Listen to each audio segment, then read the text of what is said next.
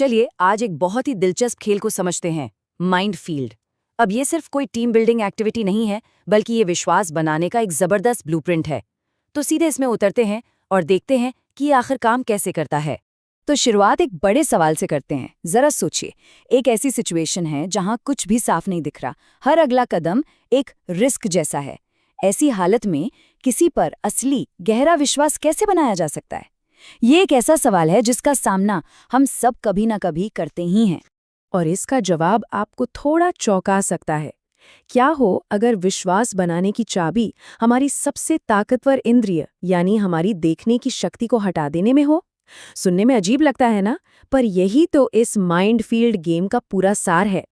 खेल का सेटअप बहुत सीधा सा है, लेकिन दांव पर बहुत कुछ लगा है।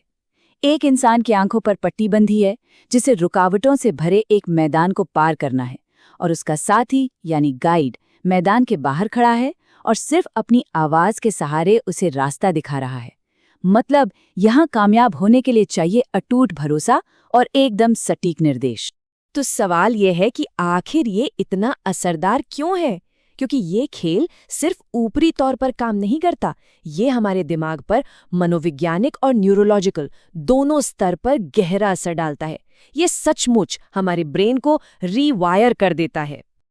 देखिए, जब हम देख नहीं पाते तो हमारा दिमाग जबरदस्त तरीके से एडजस्ट करता है। आंखों की रोशनी हटते ही सुनने की क्षमता कई गुना बढ़ जाती है। दिमाग का जो डर वाला हिस्सा है ना, अमिगडाला, वो एक्टिव हो जाता है, जिससे इमोशंस को कंट्रोल करना जरूरी हो जाता है। और जैसे ही हम किसी की आवाज पर भरोसा करना शुरू करते हैं, हमारा शरीर ऑक्सीटोसिन रिलीज करता है, जिसे ट्रस्ट हार्मोन भी कहते हैं। तो चलिए इन दो हालतों में दिमाग कैसे काम करता है, इसका फर्क देखते हैं। आम जिंदगी में हम अपनी आंखों पर निर्भर रहते हैं, रिस्क कम होता है। लेकिन माइंड फील्ड में सब कुछ सुनने पर टिका है, रिस्क बहुत ज्यादा है। और विश्वास यहाँ कोई ऑप्शन नहीं, बल्कि एक जरूरत बन जाता है। ये वो मानसिक बदलाव है जो हर पार्टिसिपेंट महसूस करता है। चलिए अब देखते हैं कि ये खेल असल में खेला कैसे जाता है। इसके कुछ बेहद सख्त नियम हैं जो इसे इतना असरदार बनाते हैं। ये नियम सिर्फ खेल के लिए नहीं है, बल्कि ये सीखने का माहौल बनाने के लिए बहुत जरूरी हैं। यहाँ 3 सबसे अहम नियम हैं। पहला, कोई फिजिकल कांटेक्ट नहीं, ताकि इंसान पूरी तरह से सिर्फ आवाज पर निर्भर रहे। दूसरा, गाइड मैदान के बाहर ही रहेगा, जो रियल लाइफ रिमोट लीडरशिप जैसा माहौल बनाता है। और तीसरा, सबसे जरूरी नियम, अगर किसी भी बाधा को छू लिया तो जोड़ी को एकदम शुरुआत से फिर शुरू करना होगा। और यही वो नियम है जो प्रेशर बनाता है, जो हर एक कदम को इतना इतना जरूरी बना देता है। तो ये पूरा प्रोसेस 6 स्टेप्स में होता है। जोड़ी बनती है, रोल्स तय होते हैं, आंखों पर पट्टी बांधी जाती है, और फिर सफर शुरू होता है। कोई भी गलती आपको वापस शुरुआत में ले जाती है, और एक बार कामयाबी से पार करने के बाद रोल्स बदल दिए जाते हैं, ताकि दोनों साथी दोनों नजरियों को महसूस कर सकें। इससे ये पक्का हो जाता है कि सीख दोनों तरफ से मिले। अब आते हैं सबसे दिलचस्प हिस्से पर, जहां असल लर्निंग होती है। ये सब कुछ सही करने में नहीं, बल्कि उन पलों में है जब चीजें गलत होती हैं, क्योंकि यहाँ गलतियां करना ही सीखने का सबसे बड़ा जरिया है। तो एक आम गड़बड़ क्या होती है? गाइड घबराहट में चिल्लाना शुरू कर देता है। तो इसे ठीक कैसे किया जाता है? आवाज को धीमा और एक लय में रखने की सलाह दी जाती है। ये दिखाता है कि हमारी आवाज का लहजा सीधे तौर पर भरोसे और परफॉर्मेंस पर कैसे असर डालता है। शांत आवाज शांत दिमाग बनाती है। दूसरी आम समस्या है जब चलने वाला डर के मारे जम जाता है। तो यहाँ गाइड का काम सिर्फ रास्ता बताना नहीं है, बल्कि उसके डर को भी संभालना है। आवाज पर भरोसा करो जैसे दिलासा देने वाले शब्द इमोशनल सपोर्ट देते हैं और आगे बढ़ने की हिम्मत जगाते हैं।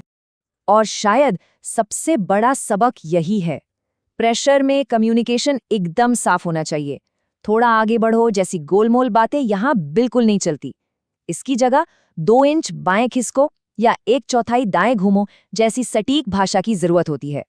यहाँ क्लैरिटी ही सेफ्टी है। तो सवाल ये उठता है कि इस गेम के सबक को मैदान से बाहर अपनी असली जिंदगी में कैसे लाएं?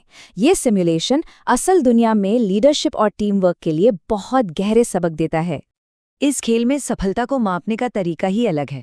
देखिए, स्पीड पे तो सिर्फ 10% ध्यान है, बाकी 90% इस पर है कि सटीकता कितनी है, निर्देश कितने साफ हैं, शांति कितनी है और सबसे बढ़कर भरोसा कितना है।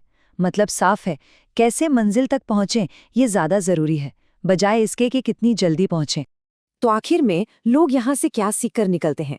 वो विश्वास बनाने का एक सिस्टम सीखते हैं, कम्युनिकेशन में सटीकता, लीडरशिप की जिम्मेदारी और तनाव में शांत और स्पष्ट रहने की कला। ये सबक सिर्फ खेल के लिए नहीं, बल्कि जिंदगी के हर पहलू के लिए हैं। और ये एक लाइन इस पूरे अनुभव का सार है। लीडरशिप का मतलब ही यही है, उन लोगों को रास्ता दिखाना जिनके पास वो नजरिया नहीं है जो आपके पास है, उन्हें उस रास्ते पर ले जाना जिसे वे खुद देख नहीं सकते। और आखिर में ये सबसे जरूरी बात, भरोसा सिर्फ निर्देश देने से नहीं बनता। ये तब बनता है जब टीम को यकीन हो जाए कि आपका मार्गदर्शन उनकी सुरक्षा के लिए है। नेतृत्व एक जिम्मेदारी है और इस जिम्मेदारी को निभाने के लिए साफ कम्युनिकेशन ऑक्सीजन की तरह जरूरी है।